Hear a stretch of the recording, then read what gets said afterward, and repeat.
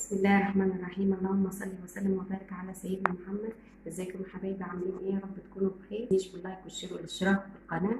النهارده ايه يا حبايبي؟ هنعمل مع بعض بروست الفراخ المقرمش زي كنتاكي بالظبط. هجيب معايا هنا وراك فراخ. ممكن تجيبي فرخه كامله، ممكن تجيبي صدور ووراك، بس انا بفضل الوراك. هنعمل الاول، هنجيب سكينه حامده كده، هنعمل للفراخ فتحات عشان الخلطه اللي انا هعملها تدخل جوه الانسجه. هنعمل فتحات كده عشان تساعد على السوى، لان بروست الفراخ ده مش بنسويه الاول، بنحطه بنقليه على طول. هعمل فتحات كده تحت الجلد، ما تطلعيش الجلد لان الجلد بيدي شكل حلو خالص لبروست الفراخ. اهو هعمل بعد الجلد واعمل الفتحات دي.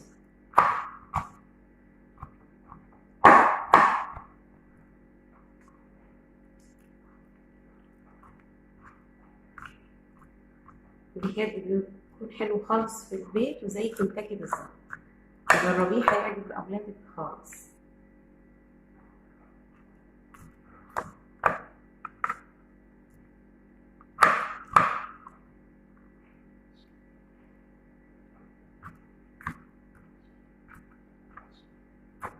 بعد كده بحضر المحلول اللي احط فيه الفراخ، ويا ريت الفراخ يبات في المحلول ده ليله كامله عشان يساعد معانا على السوى، والمحلول يدخل جوه نسيج الفراخ ويدينا طعم حلو. هنجيب الحله،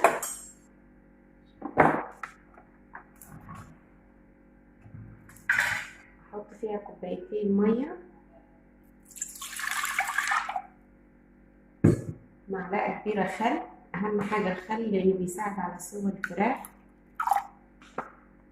معلقتين خل، معلش انا اسف، معلقتين خل، معلقتين سكر كبيره،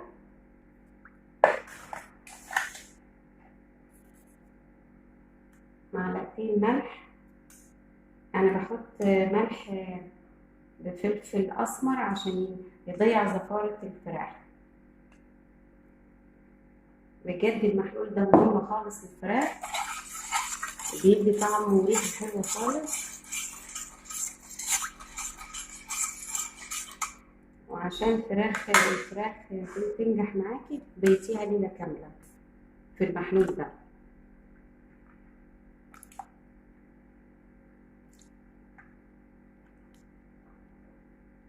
هنحطه في التلاجة ليلة كاملة ونرجع مع بعض نكمل بروست الفراخ المقرمش. وده شكل الفراخ يا حبايبي بعد ما بيتناها ليلة كاملة في المحلول اللي عملناه، اللي عبارة عن سكر ومية وملح وخل. هنطلعها كده الفراخ ونشوف هنعمل ايه. بجد لما بتحطيها في المحلول ده ليلة كاملة بتفرق خالص في الطعم، وبتديكي نتيجة حلوة خالص زي فراخ البروست المقرمش بتاع كنتاكي بالظبط. هنطلعها كده من المية.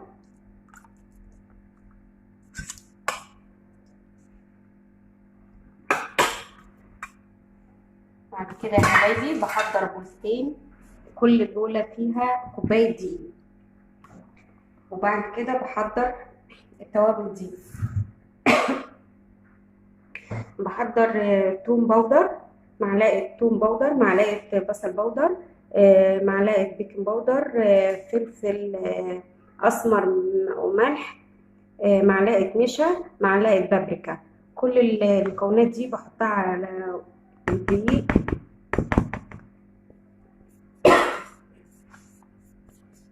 بقلب المكونات دي كلها كده مع بعض، وبحط عليها مية وبنقلبها كويس، بخليها زي عجينة الكريب بالظبط. معلش يا حبايبي نسيت معلقة كركم صغيرة، معلش نسيتها في المكونات. هنحط المية وبخلي العجينة زي عجينة الكريب بالظبط. ما خليهاش طريه او سايله خالص عشان ما تفكش معايا من الفراخ.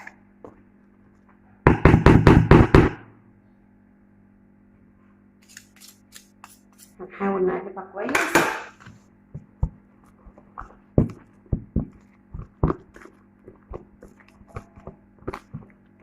بجد فراخ بروست كنتاكي دي بيفضلوها كل الاولاد، وطبعا في البيت اوفر واضمن.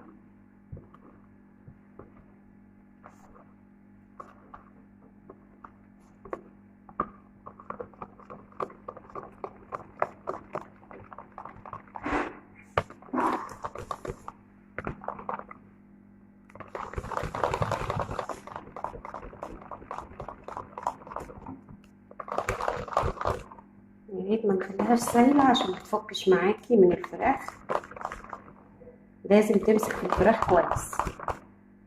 وكده حضرناها اهو كده حلوه.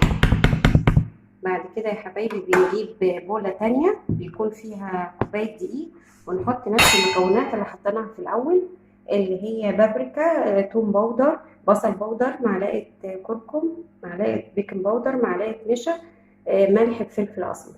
هنحط المكونات دي كلها في البوله التانية، نقلبه مع بعض. نقلب المكونات دي كلها مع بعض. الدقيق ده هو اللي هعمل بيه الكفر بتاع الفراخ البروست المقرمش.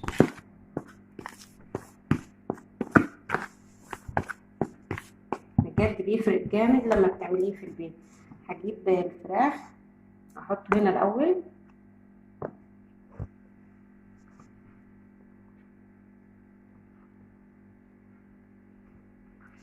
وبعد كده احطه في الدقيق،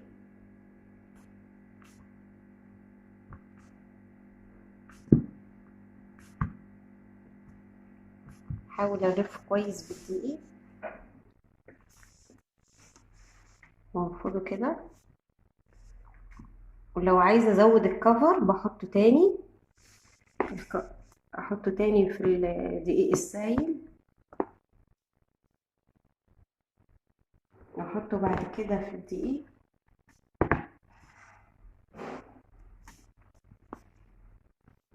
بجد جربوه، طعمه تحفه في البيت وسهل خالص.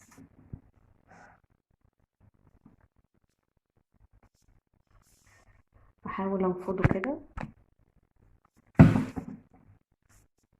اغطيه كويس بالدقيق وانفضه.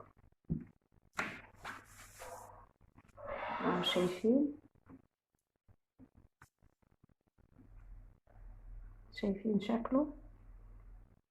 هنعمل واحدة تاني.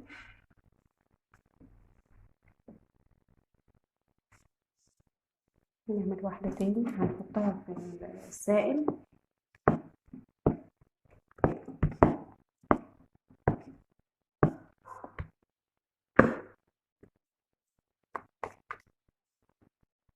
بعد كده احطه في الدقيق.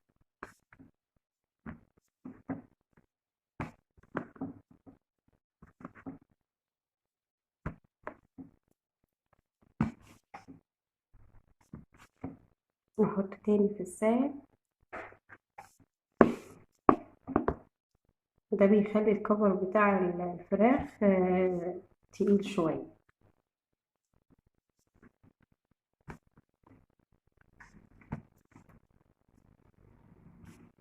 هنكمل باقي الكمية وهنرجع مع بعض تاني.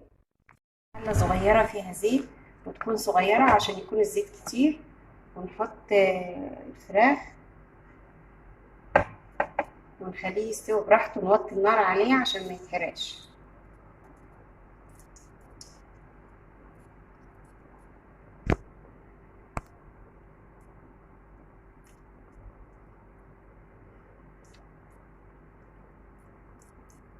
وده شكل بروست الفراخ يا حبايبي بعد ما طلعناه. بسم الله ما شاء الله، شكله تحفه خالص جميل، ونفس قرمشه كنتاكي بالظبط. ان شاء الله يعجبكم. وحطيت مره تانية وبخليه براحته يستوي. ما تستعجليش عليه لان هو ما اتسلقش قبل كده. تخليه يستوي براحته. بروست الفراخ يا حبايبي زي اللي بنجيبه من كنتاكي بالظبط. شكله حلو ومقرمش وجميل خالص وموفر عليكي، يعني في البيت لو عملتيه هيوفر عليكي، وغير كده مضمون نظافته. وها شكله يا حبايبي مقرمش خالص ومن جوه حلو خالص. معلش عشان سخن اهو مستوي خالص جوه. بس اهم حاجه تخليه براحته في الزيت، ما تستعجليش عليه عشان ده مش بنسلقه. شوفوا القرمشه، شوفوا جماله، بسم الله ما شاء الله. والاولاد طبعا في البيت بيحبوا الحاجات دي، الاكلات دي، فياريت تعمليها في البيت انضف واوفر ليكي. ويا رب الوصفه تكون عجبتكم، واذا عجبتكم الوصفه ما تنسونيش باللايك والشير والاشتراك في القناه. والى اللقاء في وصفه تانية في رعايه الله.